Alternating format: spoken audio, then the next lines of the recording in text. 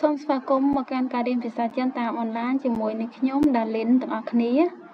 ចាអញ្ចឹងជាដំបូងនៅពេលដែលបងប្អូនទាំងអស់គ្នាចង់រៀនភាសាចិនគឺចាំបាច់ត្រូវតែយើងរៀនអំពីមូលដ្ឋានគ្រឹះនៅក្នុងភាសាចិនជាមុនសិន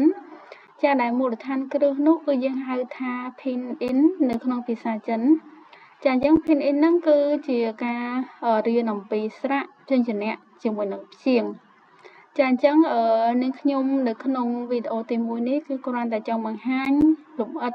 បង្ហាញត្រួសអំពីព្យញ្ជនៈស្រៈនិងព្យាង្គនិង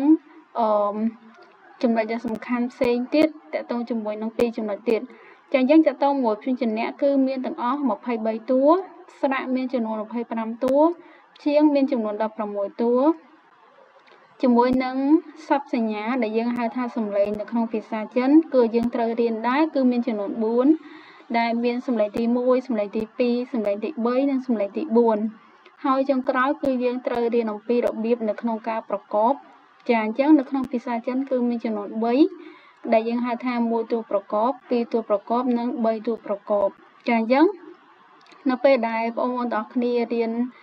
តកតងជាមួយនឹងព្យញ្ជនៈស្រៈនិងព្យាង្គជាមួយនឹងសំឡេងជាមួយនឹងការប្រកបរួចរាល់នោះទាំងអស់គ្នាអាចចូលទៅដល់ការសិក្សាអំពីពាក្យផ្សេងដោយមានភាពងាយស្រួលជាងមុនចាអញ្ចឹងតកតងជាមួយនឹងវីដេអូទី1នេះគឺនាងខ្ញុំគ្រាន់តែនិយាយលើកនៅចំណុចទាំងអស់នេះចាំវីដេអូបន្ទាប់ដែលជាវីដេអូទី2គឺយើងនឹងសិក្សាអំពីព្យញ្ជនៈចំនួន23តួទាំងអស់គ្នាចាអរគុណច្រើនជំរាបលា